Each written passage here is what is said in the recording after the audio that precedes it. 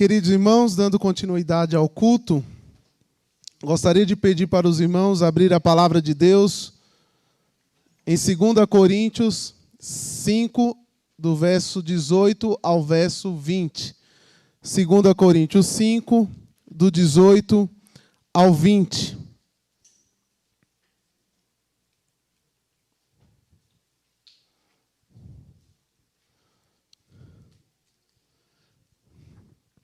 Diz assim a palavra de Deus: e tudo isso provém de Deus, que nos reconciliou consigo mesmo por Jesus Cristo e nos deu o ministério da reconciliação. Isto é, Deus estava em Cristo reconciliando consigo o mundo, não lhes imputando os seus pecados, e pôs em nós a palavra da reconciliação. De sorte que somos embaixadores da parte de Cristo, como se Deus por nós rogasse. Rogamo-nos-vos, pois, da parte de Cristo, que vos reconcilieis com Deus.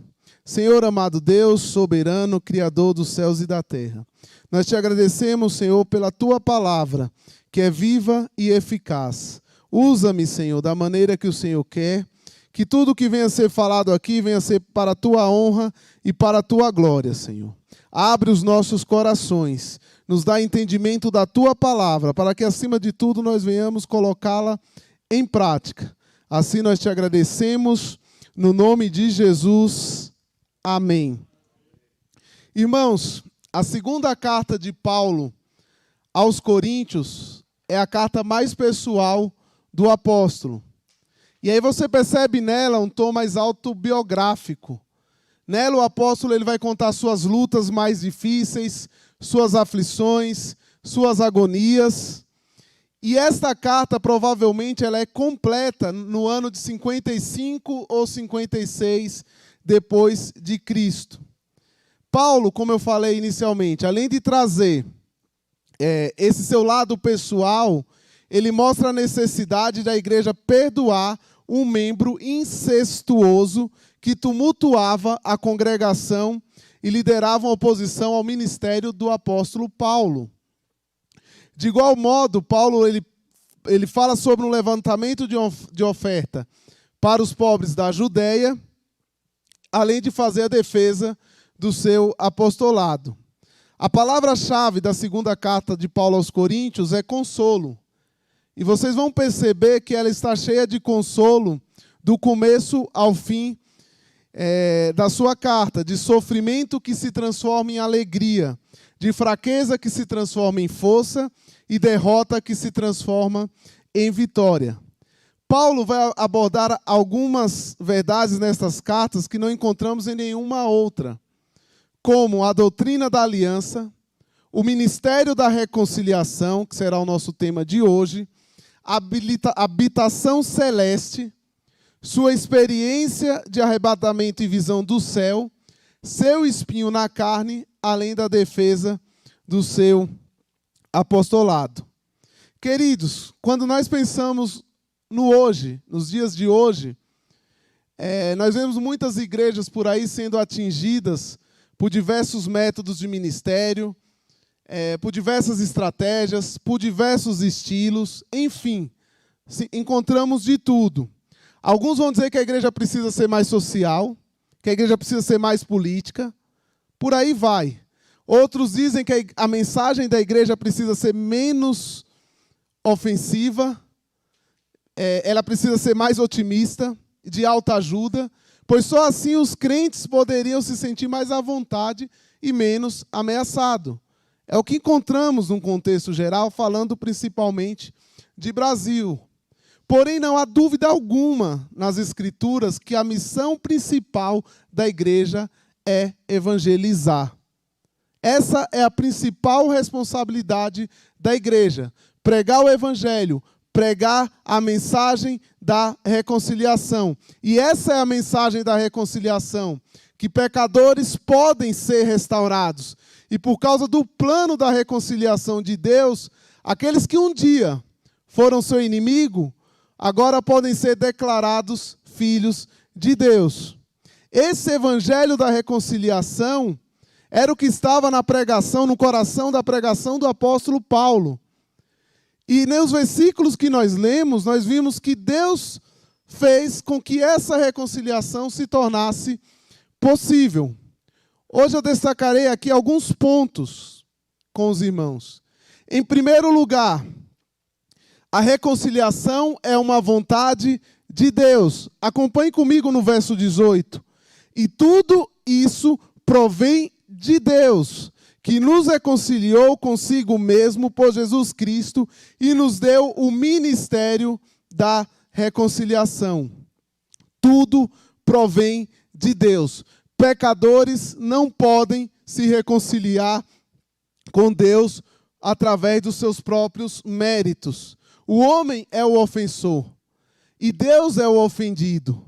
É essa parte ofendida, Deus, que toma a iniciativa. Não temos a capacidade por nossos méritos de nos salvar. Todos pecaram e separados estão da glória de Deus. Não há um justo sequer. Não há um que faça o bem.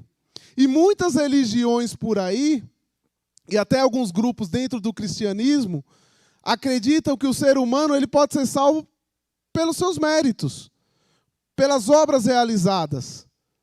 Só que Efésios 2:8 vai nos falar o quê? Que pela graça nós somos salvos, por meio da fé.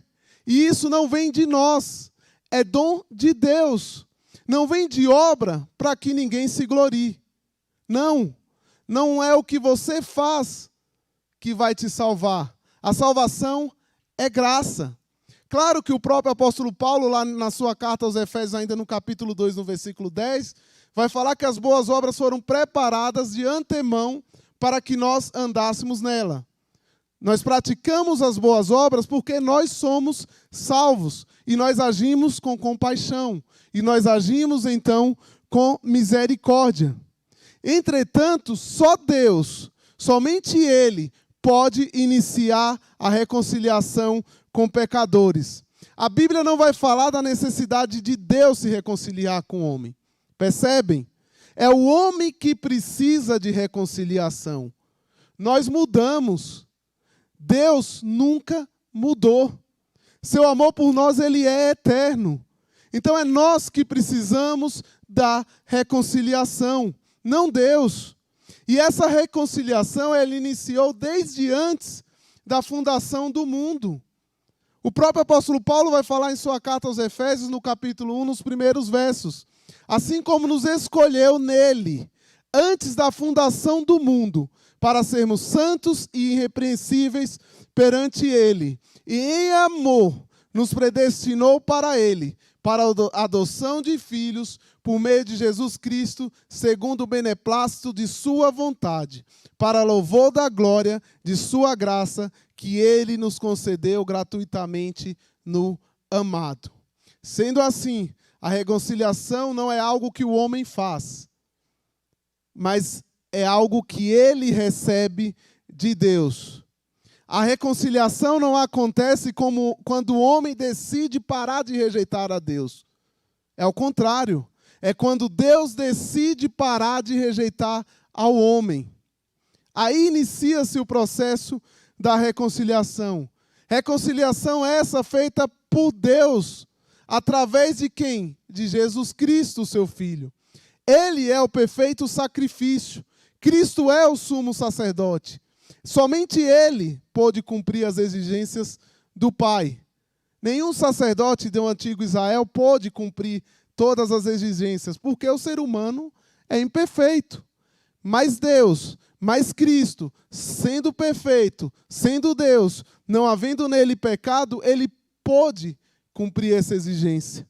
Então, por meio de Cristo, nós podemos ser reconciliados. Jesus Cristo é o único caminho entre o homem e Deus. Não há outro caminho fora de Cristo. Não há outro nome que haja salvação a não ser o nome de Jesus.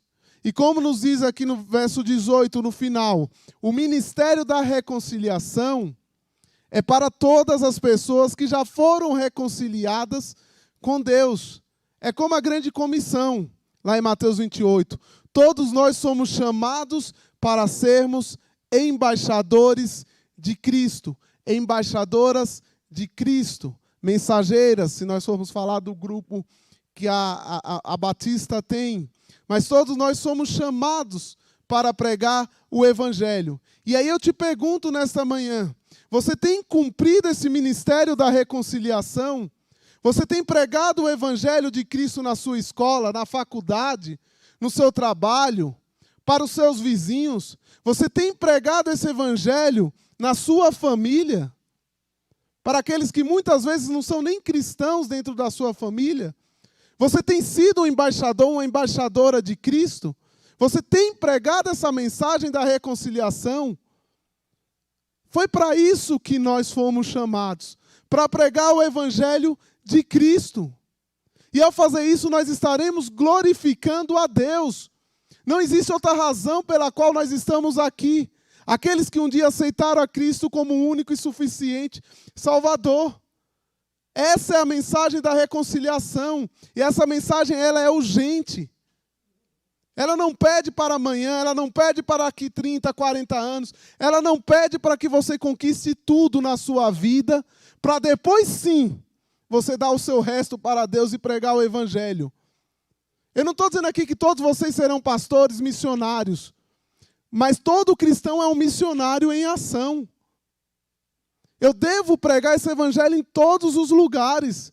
No meu trabalho, a minha vida deve ser a pregação do Evangelho. Nós somos embaixadores por Cristo.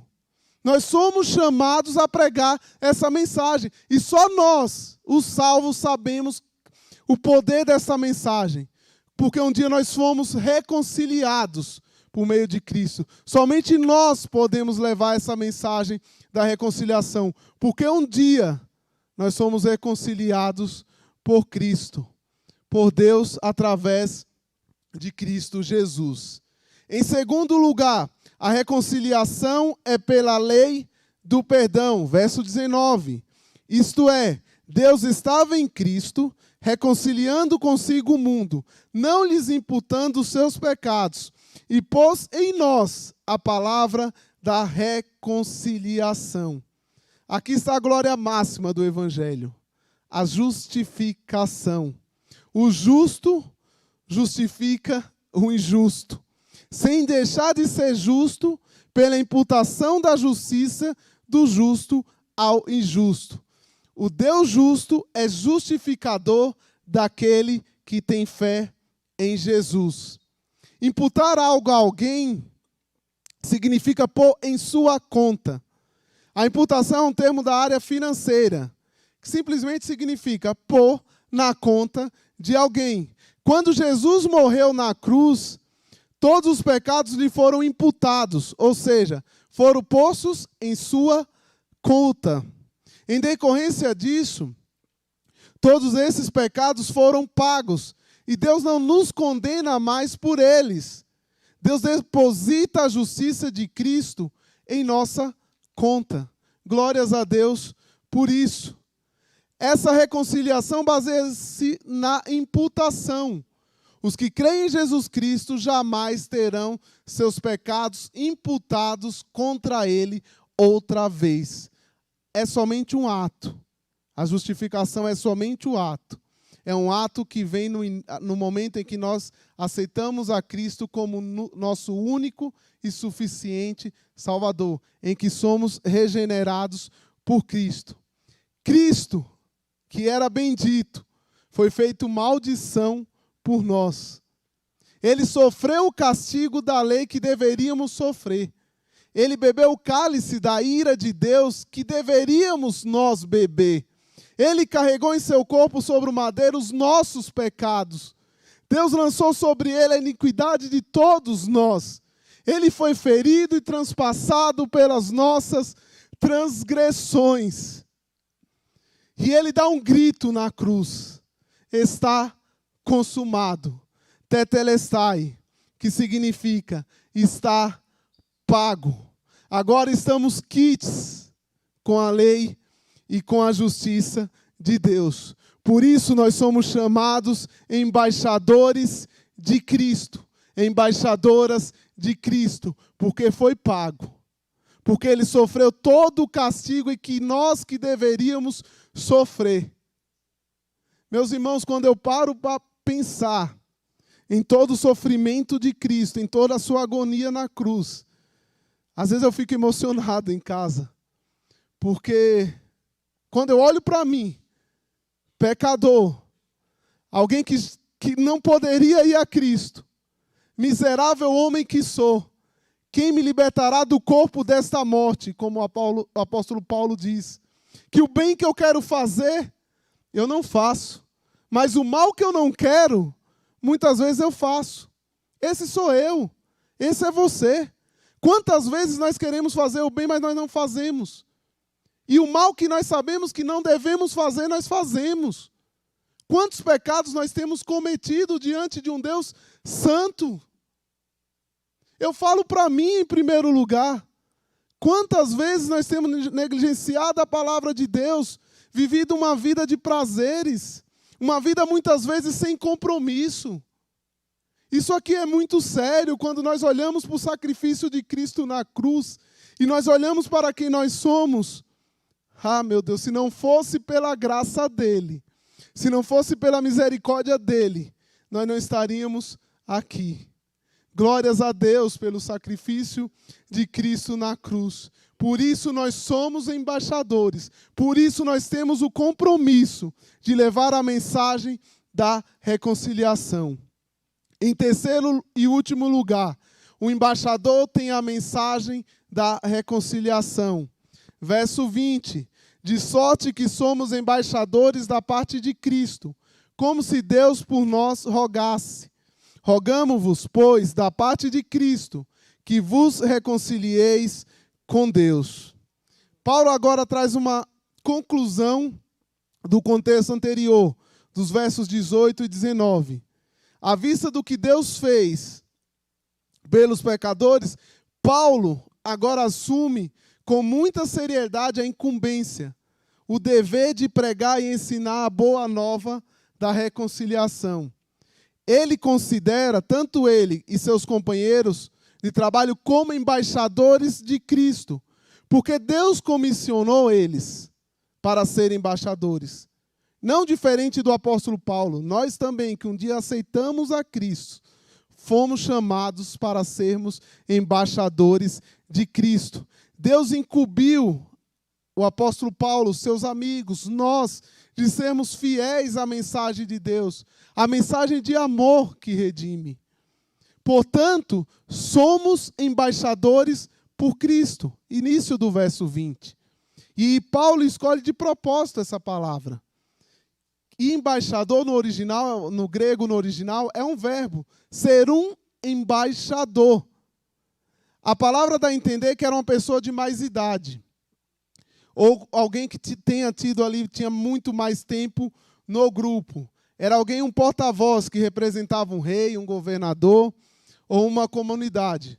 Nos meios judaicos, essa pessoa era chamada de salihá, uma pessoa que diria as palavras exatas daquele que o enviou. Hoje, o embaixador ele representa o seu governo ao transmitir ao outro país o que recebe do seu país atual, do seu país de origem. A mensagem de um presidente, a mensagem de um primeiro-ministro, de um rei que o nomeou. Então, logo, o embaixador, ele não deve expressar a sua opinião. Se ele faz isso, ele é demitido daquele cargo do governo. O embaixador é alguém que vive em uma terra estranha. O embaixador, ele não se naturaliza. Então, o embaixador é um cidadão do seu país em um país estrangeiro. E eu fico imaginando muitos embaixadores falando do Brasil que estão em outros países que economicamente são melhores que o nosso. A tentação que deve ser, sei lá, ser um embaixador nos Estados Unidos, na América, deve ser muito tentador. Um país de primeiro mundo, uma outra cultura, uma outra educação, o dólar, enfim, etc. Tantas coisas benéficas nos Estados Unidos. Olha a tentação que deve ser para o embaixador. Mas ele é alguém que não se naturaliza. E assim somos nós. nós somos peregrinos na terra. Pedro vai nos falar que nós estamos aqui de passagem. E olhe, quando ele vai escrever a sua primeira carta, ele está falando num contexto de perseguição e de sofrimento, no qual muitos estavam pensando em abandonar, muitas vezes, o evangelho. E ele fala, vocês são peregrinos. O embaixador é um peregrino. A nossa pátria está no céu. Aqui nós somos peregrinos, nós somos estrangeiros, nós somos embaixadores porque nós vivemos em uma terra estranha. Eu não estou dizendo que seja fácil, é difícil ser um embaixador do rei. É difícil, nós somos tentados de todos os lados a largar o evangelho, abrir mão do que nós acreditamos. Diariamente nós somos tentados a abrir mão da nossa vida, muitas vezes ministerial. Às vezes nos perguntamos, será que tudo isso vale a pena? Não é fácil. O mundo é complicado, é difícil. Nós vivemos tantas incertezas. A cotação do dólar, do euro, enfim, tudo está muito caro. Você é tentado por todos os lados.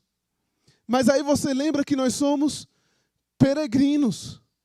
Nós estamos aqui de passagem. Tudo isso um dia vai acabar. Tudo isso um dia vai passar. Nós iremos para um lugar que não haverá choro, não haverá tristeza, não haverá pranto, não haverá pandemia. Você não terá que se preocupar com a inflação. Não haverá inflação no céu. Não haverá dólar subindo desenfreadamente. Não. Isso aqui é uma passagem, meu irmão. Você sabe do sofrimento que você tem passado.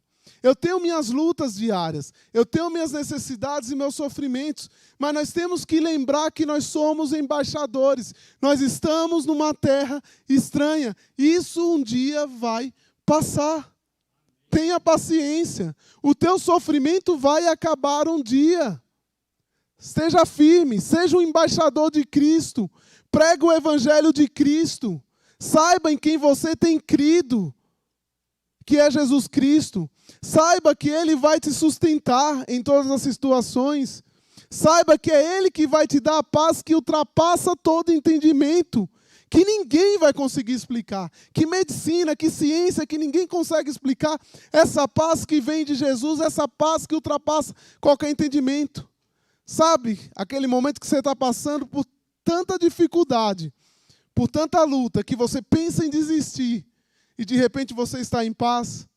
Essa paz é a paz de Deus, que excede todo entendimento.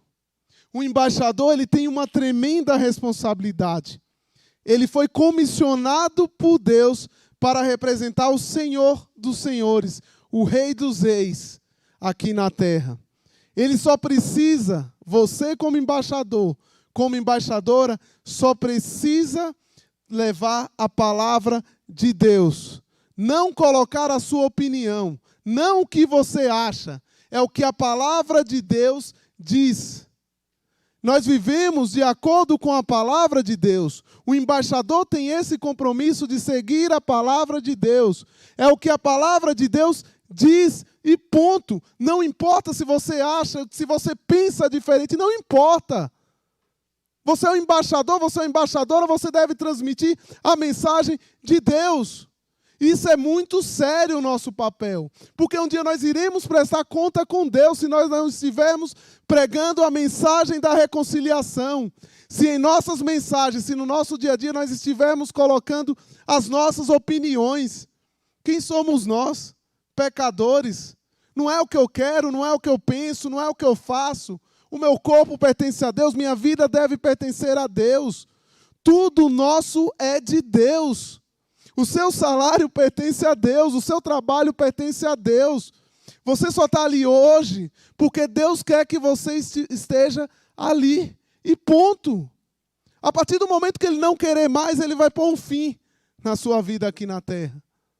Então tudo pertence a Deus. A mensagem que a embaixadora prega é a mensagem de Deus. É a palavra de Deus. É o Deus que se revela a nós através das Escrituras. Essa é a mensagem da reconciliação. Se eu falhar nessa tarefa, Deus irá nos cobrar. Um dia nós iremos nos apresentar diante de Deus. E Ele vai nos cobrar. E Ele vai nos perguntar. Lembra, Gileade? Aquele irmão que você não quis pregar o evangelho? Talvez porque você não gostava dele. Talvez porque ele fosse seu inimigo. Lembra daquele mendigo, muitas vezes ali na rua que nós passamos? Ele irá cobrar. Nós iremos prestar conta da mensagem que nós deixamos de pregar. Pessoas estão indo para o inferno, porque muitas vezes nós negligenciamos a pregação do evangelho. Falar de Cristo. A fé vem pelo ouvir, ouvir a palavra de Deus, a palavra de Cristo. Como crerão se não há quem pregue? É nosso dever sermos embaixadores. Como se Deus por nós rogasse. Ainda no verso 20. Deus está falando por meio de nós. Sua palavra ela é ativa, ela é viva e eficaz e mais cortante que espada de 2 gumes. Nós não pregamos qualquer palavra. Nós pregamos a palavra de Deus. Rogamos a vocês, em nome de Cristo. Paulo parece dizer que, embora ele e seus companheiros sejam porta-vozes fiéis de Deus, o próprio Deus está rogando às pessoas que obedeçam a sua voz. E esse apelo chega a todas as pessoas, pois Deus não quer que nenhum se pereça, mas que todos cheguem ao arrependimento. Essa mensagem da reconciliação é para o branco, é para o negro, é para a prostituta, é para o homossexual, é para todo aquele que nesse momento está afastado de Deus, é para o corrupto, o político corrupto, que muitas vezes nós nem oramos por ele. Quando o próprio Paulo fala em Timóteo que nós devemos orar por todas as autoridades. Essa mensagem da reconciliação foi para mim. Essa mensagem foi para você um dia que creu no Evangelho. Quem somos nós?